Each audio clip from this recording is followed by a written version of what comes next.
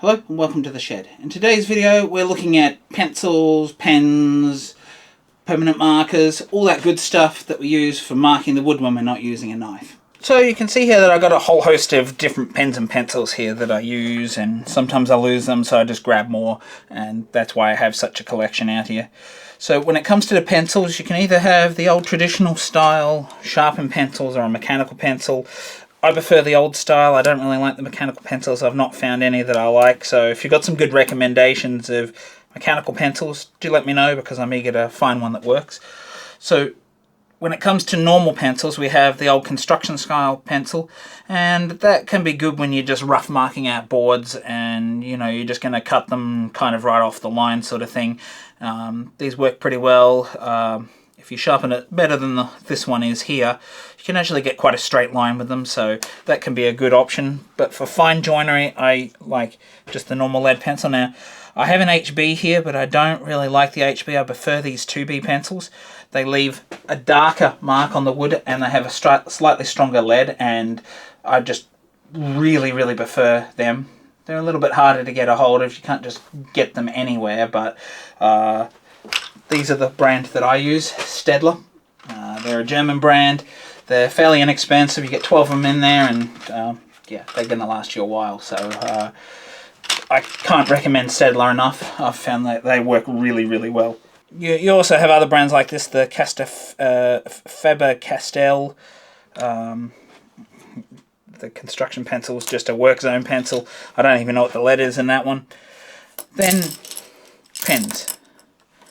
Now, pens or biros, ink is just as good at marking timber as pencils. Sometimes you can't get quite a straight point with these. Depending on the pen, maybe you can.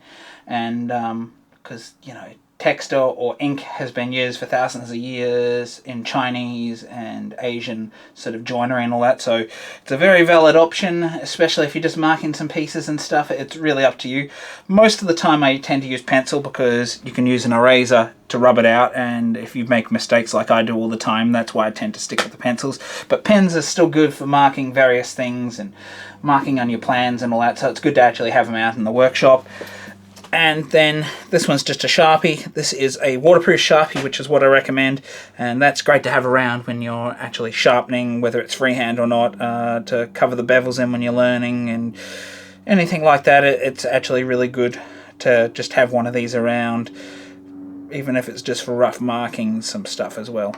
So if you are going to be using a standard pencil like I like to do, you're going to need an eraser. You don't have to, but it's a really good idea to have one.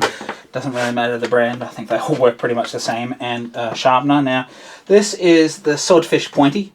Not an easy one to actually get a hold of. This was one that Paul Sellers recommended years ago, because it gives a very sharp point, and it does give a sharper point than a normal pencil sharpener. And so I do really like these. It seems to only come in purple, so if you don't like purple, you probably don't want one of them. But to me, purple's not one of my colours, but it does a good job. So let me just do a quick demo here, just so you can see.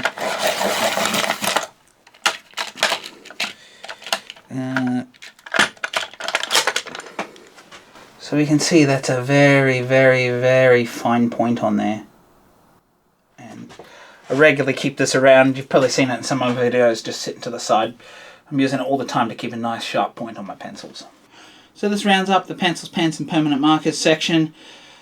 Don't forget to sound off in the comments down below there about what you use, brands, all that sort of thing. You can leave some links out. I'll have to approve them, but you can do it. So do leave some of that stuff down there, even if it's just the names. And while you're down there, hit the thumbs up if you like the video. Hit the red subscribe button, which I think is actually on this side, wherever it happens to be. Hit the little bell and select all, so you don't miss out on any of these videos. And if you're interested in the Traveler's Toolkit, where this video is from, to give you a little more detail, you'll find that video just here. Bye for now.